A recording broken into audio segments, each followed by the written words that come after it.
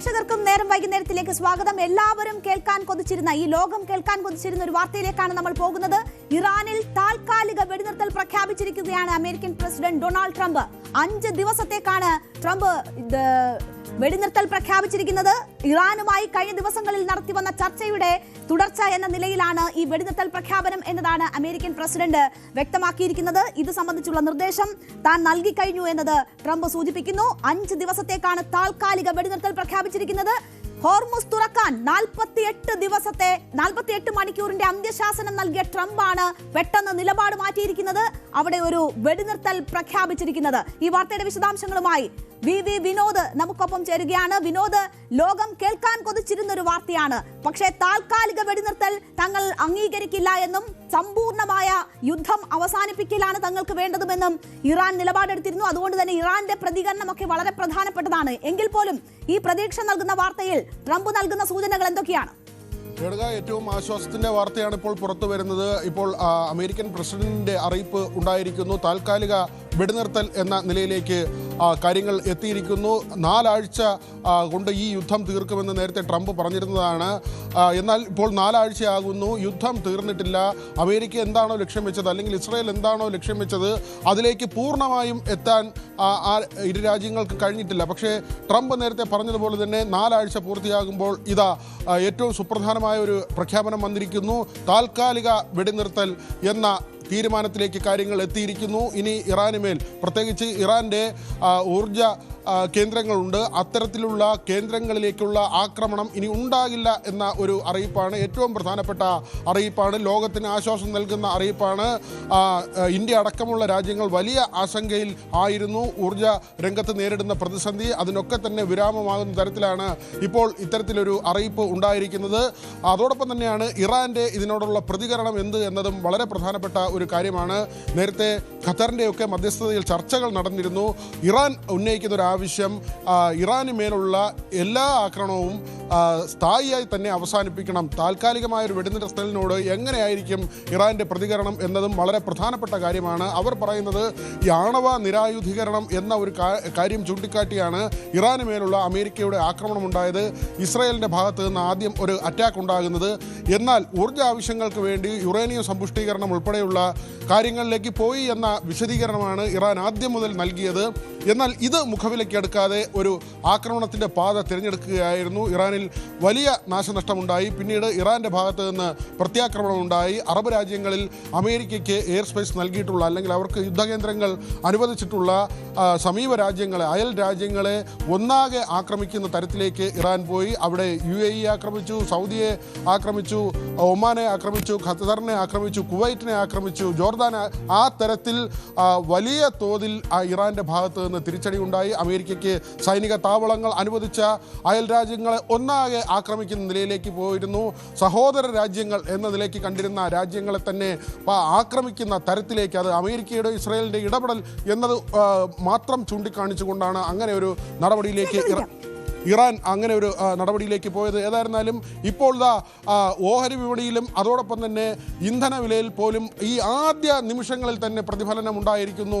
ബാരലിന് $113 എന്ന വില ഇപ്പോൾ $107 കുറഞ്ഞിരിക്കുന്നു. രേണുക, ഏറ്റവും നിർണായകമായ കാര്യം, ഇങ്ങനെ ഒരു പ്രഖ്യാപനം വരുമ്പോൾ തന്നെ എണ്ണ വിലയിൽ കുറവുണ്ടാകുന്നു. അത് ഓഹരിയിൽ പ്രതിഫലിച്ചു തുടങ്ങി എന്ന് തന്നെയാണ് ഏറ്റവും പ്രധാനപ്പെട്ട കാര്യം.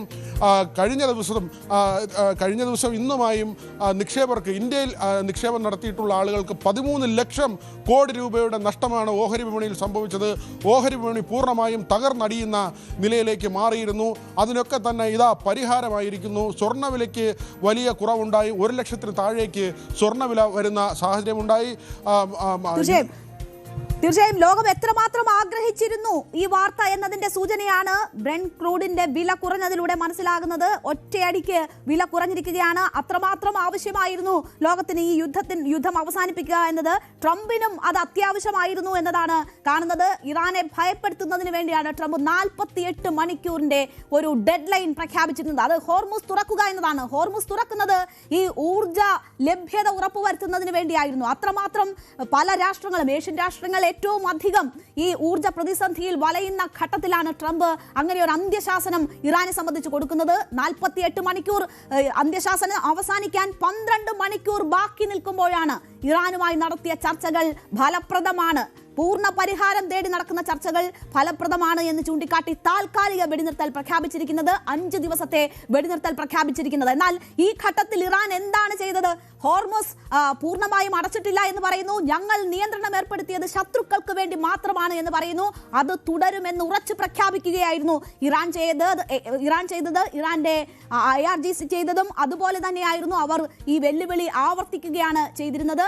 മാത്രവുമല്ല, അതുവഴി കടന്നു പോകുന്നതിന് വലിയ ടോൾ പ്രഖ്യാപിച്ചുകൊണ്ട് അത് പിരിക്കാനുള്ള നീക്കം കൂടി ഇറാൻ ആരംഭിച്ച ഘട്ടത്തിലാണ് ഈ വെടിനിർത്തൽ ഉണ്ടാകുന്നത് എന്നത് വളരെ ശ്രദ്ധയോടുകൂടി തന്നെ നമ്മൾ കാണണം. വിനോദ്, ഈ ടോൾ പിരിക്കാനുള്ള നീക്കം ഇറാൻ തുടങ്ങിക്കഴിഞ്ഞിരുന്നു എന്നതാണ്. ഏതാണ്ട് 2 മില്യണൊക്കെ ടോൾ നിരക്ക് ഏർപ്പെടുത്തി ഇറാൻ അതുമായി മുന്നോട്ട് പോകുന്നു എന്ന വാർത്തകൾ വന്ന് മണിക്കൂറുകൾക്കുള്ളിൽ തന്നെ ഈ യുദ്ധം അവസാനിപ്പിക്കുകയാണ്. ഹോർമുസിൽ ഇറാൻ പിടിമുറുക്കിയപ്പോൾ ഭയന്നുപോയോ ട്രംപ് എന്ന് തോന്നിപ്പോകുന്നു. ട്രംപ് ഓരോ ദിവസവും അദ്ദേഹത്തിൻ്റെ നിലപാടുകൾ മാറ്റിയിരുന്നു. പ്രസ്താവനകളിൽ വൈരുദ്ധ്യം കണ്ടിരുന്നു. കാരണം അദ്ദേഹം ആദ്യം പറഞ്ഞത് ആ കപ്പലുകൾ കടന്നു പോകുമ്പോൾ അതാത് രാജ്യങ്ങൾ അവരുടെ കപ്പലുകൾക്ക് സുരക്ഷ ഒരുക്കണമെന്നതായിരുന്നു കഴിഞ്ഞ ദിവസം ട്രംപിൻ്റെ ഭാഗത്തു നിന്നുണ്ടായ വിശദീകരണം. എന്നാൽ അതിന് തൊട്ട് പിന്നാലെ അദ്ദേഹം ഹോർമുസ് പൂർണ്ണമായി തുറന്നു കൊടുക്കണമെന്നും അല്ലെങ്കിൽ ഇറാനിലെ ഊർജ്ജോൽപാദന കേന്ദ്രങ്ങൾ പൂർണ്ണമായും ആക്രമിക്കുമെന്ന ഒരു വെല്ലുവിളി നടത്തിയിരുന്നു. ആ സമയം അവസാനിക്കാൻ മണിക്കൂറുകൾ മാത്രം നിൽക്കുമ്പോഴാണ് ഇങ്ങനെ ഒരു താൽക്കാലിക വെടിനിർത്തലിലേക്ക് പോകുന്നത്. അവിടെ ഇറാനുമായി നടത്തിയ ചർച്ചകൾ സമവായത്തിലേക്ക് പോകുന്നു എന്നൊരു വിശദീകരണമാണ് നൽകുന്നത്. എന്ത് തന്നെയായിരുന്നാലും ലോകത്തിന് വലിയ പ്രതീക്ഷ നൽകുന്ന ഒരു പ്രഖ്യാപനം തന്നെയാണ് ഉണ്ടായിരിക്കുന്നത്. കാരണം ഈ യുദ്ധക്കെടുതി അത് വലിയ തോതിൽ ലോകരാഷ്ട്രങ്ങളെ ബാധിക്കുന്ന നിലയിലേക്ക് പോയിരുന്നു. പശ്ചിമേഷ്യയിലാണ് സംഘർഷമെങ്കിൽ പോലും അത് മുഴുവൻ ലോകരാജ്യങ്ങളെയും ബാധിക്കുന്ന തരത്തിലേക്ക് മാറിയിരുന്നു. വലിയ പ്രതിസന്ധി ലോകരാജ്യങ്ങൾക്ക് സൃഷ്ടിച്ചിരുന്നു. നമുക്കും അനുഭവങ്ങൾ ഉണ്ടായതാണ്. വ്യക്തമായി നമ്മുടെ നാട്ടിൽ തന്നെ ഹോട്ടലുകളെല്ലാം പൂട്ടിപ്പോകുന്ന നിലയാണ്. പാചകവാതകത്തിന് വലിയ തോതിൽ ആളുകൾ നെട്ടോട്ടമാകുന്നു. ഭക്ഷ്യവസ്തുക്കളുടെ വില കുതിച്ചു വരുന്നു. ടൂറിസം രംഗം താറുമാറാകുന്നു. അങ്ങനെ ഏറ്റവും തെളിവുകൾ ദൃഷ്ടാന്തമായി നമുക്ക് മുന്നിൽ തന്നെ ഉണ്ടായിരുന്നു. അതിനൊക്കെ തന്നെ ഒരു മാറ്റമുണ്ടാകാൻ പോകുന്നു. മറ്റൊരു കാര്യം, രേണുക പറഞ്ഞതുപോലെ തന്നെ ഇറാന്റെ ഭാഗത്ത് നിന്നുണ്ടായ ചില നീക്കങ്ങൾ, അത് പ്രത്യേകിച്ച് ഹോർമൂസിൽ ചുങ്കം പിരിക്കുക എന്ന നിലയിലേക്ക് അവർ മാറിയിരുന്നു. യുദ്ധത്തിനുള്ള തുക സമാഹരിക്കുക, അതിനപ്പുറം ഇറാന്റെ പുനർനിർമ്മാണം എന്ന ഒരു ആവശ്യം മുൻനിർത്തിക്കൊണ്ട് ഈ ഒരു സാഹചര്യത്തിൽ കൂടുതൽ ചുങ്കപ്പിരിവിലേക്ക് പോകാൻ ഇറാൻ തീരുമാനിച്ചിരുന്നു. ഹോർമൂസ് കടക്കുന്ന കപ്പലുകൾ ഏതാണ്ട് ഇന്ത്യൻ രൂപയിൽ കണക്കാക്കിയാൽ 18 കോടി രൂപ എന്ന നിലയിലേക്ക് വലിയ മദർഷിപ്പുകളിൽ നിന്നൊക്കെ പിരിക്കുന്ന തരത്തിലേക്കുള്ള നടപടിയിലേക്ക് ഇറാൻ കടന്നിരുന്നു. അങ്ങനെയെങ്കിൽ അതും വലിയ തോതിൽ രാജ്യങ്ങളെ ബാധിക്കുന്നതായിരിക്കും. കപ്പലുകൾ കടന്നു പോകാൻ അനുമതി നൽകുന്നതിനോടൊപ്പം തന്നെ വലിയ തുക അവിടെ ചുങ്കം നൽകേണ്ടി വരുന്നത്, അവിടെ അങ്ങനെ ഒരു താരിഫ് വെക്കുന്നതോടുകൂടി മറ്റ് രാജ്യങ്ങൾക്ക് അത് വലിയ ബുദ്ധിമുട്ടുണ്ടാക്കുന്ന കാര്യമായി മാറുമായിരുന്നു. ഏതായിരുന്നാലും അതിനൊക്കെ തന്നെ ഒരു പരിഹാരമുണ്ടാകുന്ന നിലയിലേക്ക് ഇതിപ്പോൾ പോകുന്നു. ക്രൂഡ് വിലയിൽ ഇപ്പോൾ രേണുക ഏറ്റവും പുതിയ കണക്ക്, ഈ പ്രഖ്യാപനം വന്ന് നിമിഷങ്ങൾ കഴിയുമ്പോൾ ക്രൂഡിൻ്റെ വിലയിൽ 10% കുറവ് വന്നിരിക്കുന്നു. വലിയ തോതിൽ എണ്ണവില, രാജ്യാന്തര വിപണിയിൽ എണ്ണവില കുറയുന്നു എന്ന ആശ്വാസകരമായ വാർത്തകളാണ് വന്നുകൊണ്ടിരിക്കുന്നത്. വിനോദ് സൂചിപ്പിച്ചതുപോലെ ആശ്വാസകരമായ വാർത്തകൾ. ഇസ്രായേൽ മാധ്യമങ്ങളും ഈ വാർത്തകൾ ശരിവെക്കുന്നു എന്നത് കൂടി കാണണം വിനോദ്. ഇസ്രായേൽ മാധ്യമങ്ങളും ട്രംപിന്റെ ഈ പ്രഖ്യാപനം ഏറ്റെടുത്തിരിക്കുന്നു. വെടിനിർത്തൽ പ്രാബല്യത്തിൽ വന്നതായി പ്രഖ്യാപിക്കുകയാണ്. മാത്രവുമല്ല, USS ജെറാൾഡ് ആർ ഫോൾഡ് അതിന്റെ നേരത്തെയുള്ള സ്ഥലത്തേക്ക് തിരിച്ചു പോയിരിക്കുന്നു, നേവൽ ബേസിലേക്ക് തിരിച്ചു പോയിരിക്കുന്നു തുടങ്ങിയ വാർത്തകളുണ്ട്. എന്തായാലും ആശ്വാസകരമായ വാർത്തകളാണ് വന്നുകൊണ്ടിരിക്കുന്നത്. ഇസ്രായേൽ കൂടി ഇത് അംഗീകരിക്കുന്നു എന്ന നിലയിലേക്ക് വരുന്നു. നേരത്തെ ട്രംപ് എപ്പോഴെങ്കിലും സമാധാനത്തിൻ്റെതായ ഒരു സിഗ്നൽ നൽകുമ്പോൾ അതിൽ കൂടുതൽ ആവേശത്തോടു കൂടി യുദ്ധത്തിൽ നിന്ന് ഒട്ടും പിന്നോട്ടില്ല എന്ന സൂചന നൽകി ഇസ്രായേൽ പ്രധാനമന്ത്രി ബെഞ്ചമിൻ നെതന്യാഹു ഉൾപ്പെടെയുള്ളവർ രംഗത്ത് വരുന്നത് നമ്മൾ കണ്ടിട്ടുണ്ട്. അദ്ദേഹത്തിന്റെ പ്രസ്താവനകൾ വരുന്നത് കണ്ടിട്ടുണ്ട്. അല്ലെങ്കിൽ ഇസ്രായേൽ ആക്രമണം കടുപ്പിക്കുന്നത് നമ്മൾ കണ്ടിട്ടുണ്ട്. പക്ഷേ ഇപ്പോൾ ഇസ്രായേൽ മാധ്യമങ്ങൾ കൂടി ട്രംപിന്റെ ഈ വെടിനിർത്തൽ പ്രഖ്യാപനം ഏറ്റെടുക്കുന്നു എന്നതാണ് കാണുന്നത്. നമുക്കറിയാം, ഗൾഫ് മേഖലയിൽ ഉൾപ്പെടെ ഇറാൻ ശക്തമായ ആക്രമണം കഴിഞ്ഞ ദിവസങ്ങളിലൊക്കെ നടത്തിയിരുന്നു. അതുപോലെ തന്നെ ഇറാന്റെ തന്ത്രപ്രധാന മേഖലകൾ ലക്ഷ്യമിട്ടുള്ള ആക്രമണങ്ങളും ഉണ്ടായിരുന്നു. ഊർജ്ജ കേന്ദ്രങ്ങൾ ഇനി ആക്രമിക്കുകയാണെങ്കിൽ വെള്ളം കൂടി മുട്ടിക്കുമെന്ന ഭീഷണിയാണ് ഇറാൻ മുഴക്കിയിരുന്നത്. അതായത് ഗൾഫ് മേഖലയിലെ ഡീസാലിനേഷൻ കേന്ദ്രങ്ങൾ ലക്ഷ്യമിട്ടുകൊണ്ടുള്ള ആക്രമണങ്ങൾ ശക്തമാക്കും എന്ന മുന്നറിയിപ്പായിരുന്നു ഇറാൻ നൽകിയിരുന്നത്. ഇതൊക്കെയും ഈ യുദ്ധം കടുക്കുന്നു എന്നതിന്റെ സൂചനകളായിരുന്നു. യുദ്ധം നീട്ടിക്കൊണ്ടുപോകുന്നതിന്റെ അല്ലെങ്കിൽ കൂടുതൽ ശക്തമാകുന്നതിന്റെ സൂചനകളായിരുന്നു ഡൊണാൾഡ് ട്രംപ് നൽകിയിരുന്ന ഈ 48 മണിക്കൂർ ഡെഡ് ലൈൻ. അത് എങ്ങനെ മറികടന്നു പോയാൽ എന്താകും തിരിച്ചടി, അല്ലെങ്കിൽ എന്താകും ട്രംപിന്റെ നീക്കം എന്നൊക്കെ എല്ലാവരും വലിയ ആശങ്കയോടുകൂടി ഉറ്റുനോക്കിക്കൊണ്ടിരുന്ന സമയമാണ്. അവിടെയാണ് വലിയ ഒരു ആശ്വാസകരമായ വാർത്ത പുറത്തു വരുന്നത്. ഇറാനിൽ താൽക്കാലിക വെടിനിർത്തൽ പ്രഖ്യാപിച്ചിരിക്കുകയാണ്. അത് ഇറാനുമായി അമേരിക്ക നടത്തിയ ചർച്ചകളെ തുടർന്നാണ്. അവരുമായി നടത്തിയ ചർച്ചകളുടെ അടിസ്ഥാനത്തിൽ താൽക്കാലിക വെടിനിർത്തൽ പ്രഖ്യാപിക്കുന്നു എന്നതാണ് ട്രംപ് ചൂണ്ടിക്കാട്ടുന്നത്. അപ്പോഴും ഈ യുദ്ധത്തിൽ ട്രംപ് നിരുപാധിക കീഴടങ്ങൽ ഇറാന്റെ ഭാഗത്തു നിന്നും വേണം എന്നതായിരുന്നു ആവർത്തിച്ച് ആവശ്യപ്പെട്ടുകൊണ്ടിരുന്നത്. നിരുപാധികമായി ഇറാൻ കീഴടങ്ങണം എന്നതായിരുന്നു ട്രംപിന്റെ ആവശ്യം. അവിടേക്ക് കാര്യങ്ങൾ എത്തുന്നില്ല. ലോകക്രമമാകെ മാറിമറിയുന്നു. ലോകത്താകെ ഊർജ പ്രതിസന്ധി ഉണ്ടാകുന്നു. ഗൾഫ് രാഷ്ട്രങ്ങൾ അവരുടെ സുരക്ഷയെ കരുതി വലുതായി ആശങ്കപ്പെടുന്നു. വലിയ സമ്മർദ്ദം അമേരിക്കയ്ക്ക് നേരിടേണ്ടി വരുന്ന ഒരു സാഹചര്യമാണ്.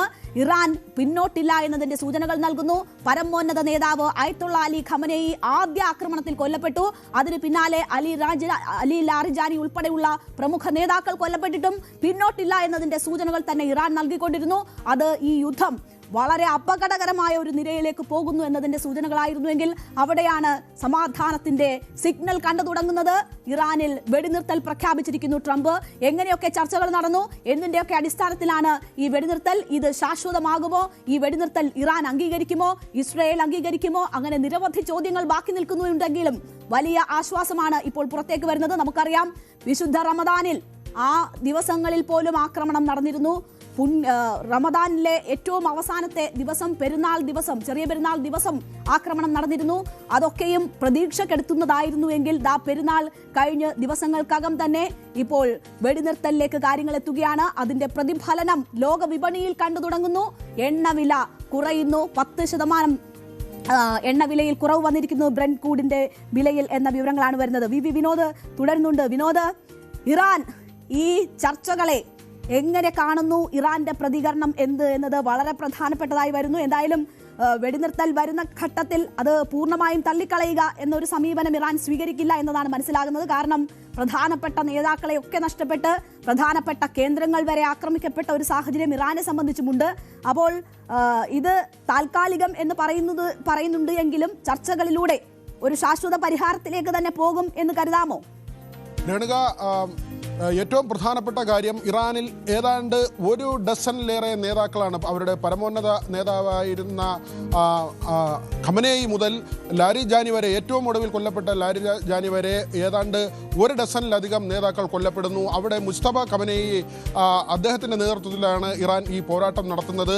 മുസ്തഫയ്ക്ക് പരിക്കേറ്റു, മുസ്തഫ കൊല്ലപ്പെട്ടു എന്ന തരത്തിലൊക്കെ പല വാർത്തകൾ, പല വിവരങ്ങൾ പുറത്തു വന്നിരുന്നു. പക്ഷേ ഇപ്പോഴും അദ്ദേഹത്തിൻ്റെ നേതൃത്വത്തിലുള്ള ഇറാൻ്റെ പോരാട്ടം തുടരുന്നു എന്ന് തന്നെയാണ് ഇറാൻ ഔദ്യോഗികമായി അറിയിക്കുന്നത്.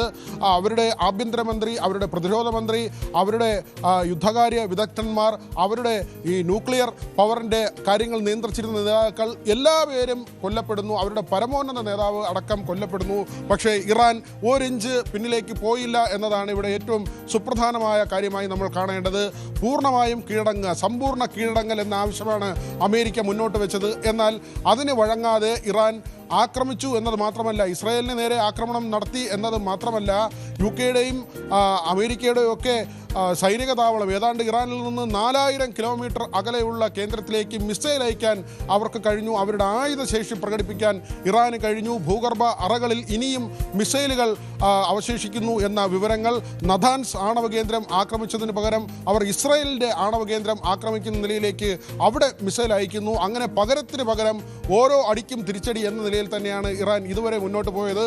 ഇപ്പോൾ 4 ആഴ്ചയാകുമ്പോൾ യുദ്ധം പരിപൂർണമായി വിജയത്തിലേക്ക് എത്തിക്കാൻ അമേരിക്ക ഇസ്രായേൽ സഖ്യത്തിനായിട്ടില്ല. ഇറാൻ ഈ വെടിനിർത്തലിനോട് എങ്ങനെ പ്രതികരിക്കും എന്നത് വളരെ പ്രധാനപ്പെട്ട ഒരു കാര്യമാണ്. അവർ താൽക്കാലിക വെടിനിർത്തലിനോട് ആ തരത്തിൽ തന്നെ പ്രതികരിക്കുമോ, അല്ലെങ്കിൽ സമ്പൂർണ്ണ വെടിനിർത്തൽ എന്ന ആവശ്യത്തിൽ ഉറച്ചു നിൽക്കുമോ, അയൽ രാജ്യങ്ങളെ, അതായത് അമേരിക്കയ്ക്ക് സഹായം നൽകുന്ന രാജ്യങ്ങളെ ആക്രമിക്കുക തുടങ്ങി ഒട്ടനവധി ചോദ്യങ്ങൾ അവശേഷിക്കുന്നുണ്ട്. നേരത്തെ നമ്മൾ കണ്ടതാണ്, പലപ്പോഴും പലപ്പോഴായി സൗദിയെ ആക്രമിക്കുന്നു, UAE ആക്രമിക്കുന്നു, അവിടെ കുവൈറ്റിനെയും ഖത്തറിനെയും ഒമാനെയും ഒക്കെ തന്നെ ആക്രമിക്കുന്ന നിലയിലേക്ക് ഇറാന്റെ ഭാഗത്ത് നിന്ന് നടപടി ഉണ്ടാകുന്നു. അവിടെ അതിനവർ കാരണമായി ചൂണ്ടിക്കാട്ടിയത് അമേരിക്കയ്ക്ക് സൈനിക താവളങ്ങൾ ഈ രാജ്യങ്ങൾ ഒരുക്കി എന്നതാണ്. ബഹ്റൈൻ ഉൾപ്പെടെയുള്ള സ്ഥലങ്ങളിലേക്ക് ആ തരത്തിൽ ജോർദാനിലേക്ക് ഉൾപ്പെടെ ഇത്തരത്തിൽ ആക്രമണം നടക്കുന്ന ഒരു സാഹചര്യം. അവിടെ ഏറ്റവും പ്രധാനപ്പെട്ടത് ഖമനയി കൊല്ലപ്പെട്ട ശേഷവും ഇറാൻ അവരുടെ യുദ്ധവീര്യത്തിൽ നിന്ന് തെല്ലും പിറകോട്ട് പോയില്ല. ഖമനയി മാത്രമല്ല, ലാരിജാനി ഉൾപ്പെടെ ഏറ്റവും അവസാനം കൊല്ലപ്പെട്ട നേതാവ് അടക്കമുള്ള ഒരു 12 നേതാക്കളെങ്കിലും, ഏറ്റവും കുറഞ്ഞത് ഒരു ഡസനിലധികം നേതാക്കൾ കൊല്ലപ്പെട്ടിട്ട് പോലും ഇറാൻ പിന്നാക്കം പോയില്ല എന്നത് തന്നെയാണ് ഏറ്റവും പ്രധാനപ്പെട്ട കാര്യം. മറ്റൊന്ന്, ലോകരാഷ്ട്രങ്ങളെ എല്ലാം തന്നെ സമ്മർദ്ദത്തിലാക്കുന്ന തരത്തിൽ ഹോർമൂസിൽ ഇറാൻ നടത്തിയ ഇടപെടൽ, അത് വളരെ പ്രധാനപ്പെട്ട കാര്യമാണ്. ഹോർമൂസ് വഴി മറ്റ് അറബ് രാജ്യങ്ങൾക്ക് എണ്ണ കൊണ്ടുപോകാനുള്ള അനുമതി നിഷേധിച്ചു എന്നത് മാത്രമല്ല, അവിടെ കപ്പലുകളെ കൂട്ടത്തോടെ ഇറാൻ തടഞ്ഞിട്ടു. ഇടയ്ക്ക് മാത്രമാണ് ഇന്ത്യയിലേക്ക് 2 കപ്പലുകൾ അയക്കുന്നത് അടക്കം, ആദ്യഘട്ടത്തിൽ അയക്കുന്നതടക്കം ചില ഇളവുകൾ ചില സുഹൃത്ത് രാജ്യങ്ങളോട് കാണിച്ചു എന്നതിനപ്പുറത്തേക്ക് അവിടെ ചുങ്കം പിരിക്കാനുള്ള തീരുമാനത്തിലേക്ക് ഇറാൻ മാറുന്നു. 18 കോടി രൂപ ചുങ്കം എന്ന നിലയിലേക്ക് തീരുമാനമെടുക്കുന്നു. അതൊക്കെ തന്നെ മറ്റു രാജ്യങ്ങൾക്ക് വലിയ വെല്ലുവിളി ഉണ്ടാക്കും. അമേരിക്ക കൈയൊഴിയുന്ന ഒരു സാഹചര്യം. ട്രംപ് ആദ്യം തന്നെ പറഞ്ഞത് ആ ഭാഗത്തുകൂടി ഹോർമൂസ് വഴി കടന്നു പോകുന്ന കപ്പലുകൾ അവരുടെ സുരക്ഷ ആ രാജ്യങ്ങൾ ഉറപ്പാക്കണമെന്ന കാര്യം ട്രംപ് അങ്ങനെ ഒരു നിലപാടെടുക്കുന്നു. പിന്നീട് 48 മണിക്കൂറിനുള്ളിൽ ഹോർമൂസ് തുറന്നു കൊടുക്കണം, അല്ലെങ്കിൽ കനത്ത തിരിച്ചടി, ഊർജ്ജ കേന്ദ്രങ്ങൾ എല്ലാം തന്നെ, ഇറാനിലെ ഊർജ്ജ കേന്ദ്രങ്ങളെല്ലാം തന്നെ ആക്രമിക്കുമെന്ന് ട്രംപ് മുന്നറിയിപ്പ് നൽകുന്നു. ആ സമയം തീർച്ചയായും ട്രംപ് അങ്ങനെ ഒരു മുന്നറിയിപ്പ് നൽകിയപ്പോൾ ഗൾഫിലെ ഉൾപ്പെടെ എല്ലാ ഊർജ്ജ മേഖലകളും ഞങ്ങളുടെ ലക്ഷ്യമായിരിക്കും എന്നതായിരുന്നു ഇറാൻ തിരിച്ചടിച്ചിരുന്നത്. ഹോർമൂസിൽ ചുങ്കം ഏർപ്പെടുത്താനും ഒപ്പം തന്നെ ഹോർമൂസ് പൂർണ്ണമായും അടയ്ക്കാനും ഒക്കെയുള്ള നീക്കങ്ങളും ഭീഷണികളും ഉണ്ടായിരുന്നു. ഒടുവിൽ ഞങ്ങൾ ശത്രുക്കൾക്ക് മാത്രമേ ഹോർമൂസ് നിയന്ത്രണം ഏർപ്പെടുത്തിയിട്ടുള്ളൂ എന്ന് ഇറാൻ വ്യക്തമാക്കി. അതിന് പിന്നാലെ ടോൾ ഏർപ്പെടുത്തുന്നു. അവിടെ ഹോർമൂസിൽ ഇറാൻ പിടിമുറുക്കുമ്പോഴാണ് ഈ വെടിനിർത്തൽ ഉണ്ടാകുന്നത് എന്നത് വളരെ വളരെ പ്രസക്തമായിട്ടുള്ള കാര്യമാണ്. ഈ വാർത്ത വന്നതിന് ശേഷം ഇപ്പോൾ 40 മിനിറ്റ് ആകുന്നു അമേരിക്കൻ പ്രസിഡന്റിന്റെ പ്രഖ്യാപനം ഉണ്ടായിട്ട്. പക്ഷേ ഇതുവരെ ഇസ്രായേൽ പ്രധാനമന്ത്രി ബെഞ്ചമിൻ നെതന്യാഹുവിൻ്റെതായ ഒരു പ്രതികരണം ഈ വിഷയവുമായി ബന്ധപ്പെട്ട് ഉണ്ടായിട്ടില്ല എന്നത് ഇസ്രായേൽ മാധ്യമങ്ങൾ ചൂണ്ടിക്കാട്ടുന്നുണ്ട്. അതായത് ഇസ്രായേൽ ഇത് സ്ഥിരീകരിച്ചിട്ടില്ല. ഈ വെടിനിർത്തൽ, ഈ നടന്ന ചർച്ചകൾ സംബന്ധിച്ചുള്ള ഇസ്രായേലിന്റെ ഔദ്യോഗിക പ്രതികരണം ഇതുവരെ വന്നിട്ടില്ല എന്നൊരു സാഹചര്യമുണ്ട്. അത് പെൻഡിംഗ് ആണ്. ഒപ്പം തന്നെ ഇറാന്റെ പ്രതികരണം എന്നത് വളരെ പ്രസക്തമാണ്. നേരത്തെ ഇറാന്റെ ഔദ്യോഗിക കേന്ദ്രങ്ങൾ ഈ രീതിയിലുള്ള ഒരു താൽക്കാലിക വെടിനിർത്തലിന് തങ്ങൾ തയ്യാറാകില്ല, ഞങ്ങൾക്ക് ശാശ്വത പരിഹാരമാണ്, ശാശ്വതമായ സമാധാനമാണ്, ശാശ്വതമായ ഞങ്ങളുടെ രാജ്യത്തിന്റെ സുരക്ഷയാണ് ഉറപ്പാക്കേണ്ടത് എന്ന ഒരു കാര്യമായിരുന്നു ഇറാൻ പറഞ്ഞിരുന്നത്. അങ്ങനെ ഒരു പരമാധികാരം ഞങ്ങൾക്ക് തിരിച്ചു കിട്ടണം, ഞങ്ങളുടെ പരമാധികാരത്തിൽ ഒരു വിട്ടുവീഴ്ചയുമില്ല, അതുകൊണ്ട് തന്നെ താൽക്കാലിക വെടിനിർത്തലുകൾ തങ്ങൾ അംഗീകരിക്കില്ല എന്നതായിരുന്നു ഇറാന്റെ നിലപാട്. ഇറാൻ അതിൽ നിന്ന് പിന്നോക്കം പോകുന്നുണ്ടോ? ഈ താൽക്കാലിക വെടിനിർത്തൽ അവർ അംഗീകരിക്കുന്നുണ്ടോ എന്നത് വളരെ പ്രധാനപ്പെട്ടതാണ്. 48 മണിക്കൂർ അന്ത്യശാസനം പൂർത്തിയാകാൻ 12 മണിക്കൂർ ബാക്കി നിൽക്കുമ്പോഴാണ് ട്രംപ് ഇപ്പോൾ ഈ നിലപാട് മാറ്റിയിരിക്കുന്നത്. ഇതൊരു പരിഹാരത്തിലേക്ക് എത്തിയിരിക്കുന്നത്, വെടിനിർത്തലിലേക്ക് എത്തിയിരിക്കുന്നത്. എന്തായാലും ലോകം കേൾക്കാൻ കൊതിച്ചിരുന്ന കാര്യം തന്നെയാണ് ഇത് എന്ന കാര്യത്തിൽ സംശയമില്ല. ഈ 48 മണിക്കൂർ അന്ത്യശാസനം നിലനിൽക്കുമ്പോൾ ട്രംപ് സ്റ്റാമർ ഉൾപ്പെടെയുള്ളവരുമായി ആശയവിനിമയം നടത്തിയിരുന്നു. അതിന്റെ ഒക്കെ ഫലമായിട്ടാണ് ഇപ്പോൾ ഇങ്ങനെയൊരു തീരുമാനത്തിലേക്ക് എത്തുന്നത്. ഇപ്പോൾ നമുക്കൊപ്പം വിദേശകാര്യ വിദഗ്ധൻ ഡോക്ടർ മോഹൻ വർഗീസ് ചേരുകയാണ്. ഡോക്ടർ മോഹൻ വർഗീസ്, ലോകം കേൾക്കാൻ കൊതിച്ചിരുന്ന വാർത്ത ട്രംപ് പ്രഖ്യാപിക്കുകയാണ്, ഇറാനിൽ താൽക്കാലിക വെടിനിർത്തൽ എന്നത്. ട്രംപ് നിർബന്ധിതമായതാണോ ഈ വെടിനിർത്തലിന്? തീർച്ചയായും ലോകം കേൾക്കാൻ ഏറ്റവും അധികം കാതോർത്തിരുന്ന വാർത്തയാണ് വെടിനിർത്തൽ എന്നത്. താൽക്കാലികമാണ് എന്നത് സാരമല്ല, 5 ദിവസത്തേക്ക് വെടിനിർത്തൽ പ്രഖ്യാപിച്ചിരിക്കുന്നു. ആരാണോ യുദ്ധം പ്രഖ്യാപിച്ചത്, ആരാണോ യുദ്ധവുമായി മുന്നോട്ട് നീങ്ങിയിരിക്കുന്ന അതേ ശക്തികൾ തന്നെ വെടിനിർത്തൽ പ്രഖ്യാപിച്ചു എന്നത് കാവ്യനീതിയായി വേണമെങ്കിൽ കാണാവുന്നതേ ഉള്ളൂ. പക്ഷെ പ്രഖ്യാപിച്ചിരിക്കുന്നത് ഡൊണാൾഡ് ട്രംപ് ആണ്. കഴിഞ്ഞ 5 ദിവസത്തിനുള്ളിൽ 5 പ്രാവശ്യം തീരുമാനത്തിൽ മലക്കം മറിഞ്ഞയാളാണ് ഡൊണാൾഡ് ട്രംപ്. വെച്ചുകൊണ്ട് ഹോർമൂസ് തങ്ങൾ പിടിച്ചെടുക്കും എന്ന് അമേരിക്ക പറഞ്ഞ ഒരു ദിവസം, പിറ്റേന്ന് പറയുന്നു തങ്ങൾ സഖ്യകക്ഷികളോടൊപ്പം ചേർന്ന് നിന്നുകൊണ്ട് ഹോർമൂസ് അതിശക്തമായി നീക്കത്തിലൂടെ പിടിച്ചെടുക്കും. 3-ാം ദിവസം പറയുന്നു റഷ്യയുടെയും ചൈനയുടെയും കൂടെ സഹായം വേണം. അടുത്ത ദിവസം പറയുന്നു നിങ്ങളായി നിങ്ങളുടെ പാടായി, ഒരുപക്ഷെ ഹോർമൂസിന് ഞങ്ങൾക്ക് വലിയ താല്പര്യങ്ങളില്ല, ചൈനയും റഷ്യയും ജപ്പാനും എല്ലാം ചേർന്ന് ഓർമ്മിപ്പിക്കണം. അടുത്ത ദിവസം പറയുകയാണ്, കഴിഞ്ഞ ദിവസം പറയുകയാണ് ഹോർമൂസ് കടലെടുക്കുക എന്നത് ഉപരോധം പൂർണ്ണമായി മാറ്റിയില്ല എങ്കിൽ, കപ്പലുകൾ സുഗമമായി പാസ് ചെയ്യാൻ കഴിഞ്ഞില്ലെങ്കിൽ 48 മണിക്കൂറിനുള്ളിൽ ഇറാനെ ഭസ്മമാക്കും, പവർ സെന്റേഴ്സ് എല്ലാം അടിച്ചു തകർക്കും. ഇതെല്ലാം മാറിയും മറിഞ്ഞും പറയുന്നതിനുള്ളിൽ ഇപ്പോഴിതാ ആ അന്ത്യശാസനത്തിന്റെ കാലാവധി അവസാനിക്കുന്നതിന് മുൻപ്, ഇന്ന് അടുത്ത ദിവസം വെളുപ്പിന് 3 മണിക്കാണ് അന്ത്യശാസന കാലാവധി അവസാനിക്കേണ്ടത്. അതിന് ഏതാനും മണിക്കൂറുകൾക്ക് മുമ്പ് ഇതാ നാടകീയമായ പ്രഖ്യാപനം വന്നിരിക്കുന്നു. 5 ദിവസത്തേക്കുള്ള താൽക്കാലിക വെടിനിർത്തൽ. ഇറാൻ എപ്പോഴും പറയുന്നത് പെർമനന്റ് ആയ സൊല്യൂഷൻസ് ആണ് തങ്ങൾക്ക് ആവശ്യം. ഒരു ഡെമോക്രാസിന്റെ വാള് പോലെ തങ്ങൾക്ക് എല്ലാ 9 മാസം കൂടുന്നതും നിരന്തരം ആക്രമണം എന്ന രീതിയെ അംഗീകരിക്കാനാവില്ല. അതുകൊണ്ട് ഇറാന്റെ പരമാധികാരം അംഗീകരിക്കണം, നമ്പർ 1. 2, ഇറാന് നഷ്ടപരിഹാരം നൽകണം. ഇറാൻ ആക്രമണ വിധേയമായി നഷ്ടപരിഹാരം നൽകണം. 3, ഭാവി ആക്രമണങ്ങൾ ഉണ്ടാകില്ല എന്ന് വ്യക്തമായ ഉറപ്പുകൾ ലഭിക്കണം. ഈ 3 കാര്യങ്ങൾ ലഭിക്കുകയും അതോടൊപ്പം തന്നെ ഇറാന് നേരെയുള്ള ഉപരോധം മാറ്റുകയും ചെയ്താലല്ലാതെ പൂർണ്ണമായ ഒരു വെടിനിർത്തൽ ഒരുപക്ഷെ സാധ്യമാവില്ല. ഇപ്പോൾ ഇറാന്റെ ഭാഗത്തു നിന്ന് സംയമനം പാലിക്കുകയും അമേരിക്ക വെടിനിർത്തൽ നിർദ്ദേശം പാലിക്കുകയാണെങ്കിൽ ഇറാനും തത്തുല്യമായ രീതിയിൽ അറബ് രാജ്യങ്ങൾക്കെതിരെയുള്ള ആക്രമണം നിർത്തിവെക്കുകയും ഇസ്രായേലിനെതിരെ ഉൾപ്പെടെയുള്ള ആക്രമണങ്ങൾ നിർത്തിവെക്കുകയും ചെയ്താൽ ചർച്ചകൾക്കുള്ള വഴി ഒരുങ്ങും. ഇവിടെ ഒരു പ്രധാന ചോദ്യം പൂച്ചക്കാര് മണികെട്ടും എന്നതാണ്. ആരാണ് ചർച്ചകൾക്ക് നേതൃത്വം നൽകുക?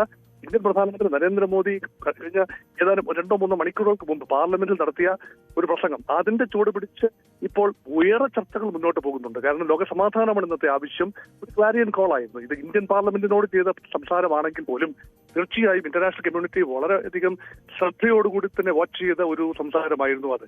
അതുകൊണ്ട് ലോകസമാധാനത്തിന് ഒരു കൂട്ടായ പ്രയത്നമാണ് ആവശ്യം, യുദ്ധമല്ല, മറിച്ച് ചർച്ചകൾ, നയതന്ത്ര ചർച്ചകൾ കൂടി നെഗോഷിയേറ്റഡ് സെറ്റിൽമെന്റ് ആണ് ആവശ്യം എന്ന കാര്യത്തിൽ ഇതിൽ ഡോക്ടർ മോഹൻ വർഗീസ്, ഇറാന്റെ പ്രതികരണം എന്താണ് എന്നത് വന്നിട്ടില്ല. താങ്കൾ തന്നെ സൂചിപ്പിച്ചതുപോലെ ഞങ്ങൾക്ക് പെർമനന്റ് ആയിട്ടുള്ള ഒരു പ്രശ്ന പരിഹാരമാണ് ഇതിൽ ആവശ്യം, താൽക്കാലിക വെടിനിർത്തലല്ല എന്ന് ഇറാൻ ആവർത്തിച്ച് പറഞ്ഞിട്ടുണ്ട്. അവിടെ ഇപ്പോൾ റഷ്യൻ ഫിനാൻസ് മിനിസ്റ്ററും ഇറാൻ ഫിനാൻസ് മിനിസ്റ്ററും തമ്മിലൊരു ടെലിഫോൺ ചർച്ച നടക്കുന്നു എന്ന വിവരങ്ങൾ പുറത്തു വരുന്നുണ്ട്. അങ്ങനെയാണെങ്കിൽ എന്ത് നിലപാട് സ്വീകരിക്കണം എന്ന കാര്യത്തിൽ ഇറാൻ ഇതുവരെ ഒരു നിലപാടിലേക്ക് എത്തിയിട്ടില്ല എന്നതിന്റെ സൂചനകളാണോ, അത് മറ്റു രാഷ്ട്രങ്ങളുമായി ആലോചിക്കുന്നു എന്നതിന്റെ സൂചനകളാണോ ഇത്?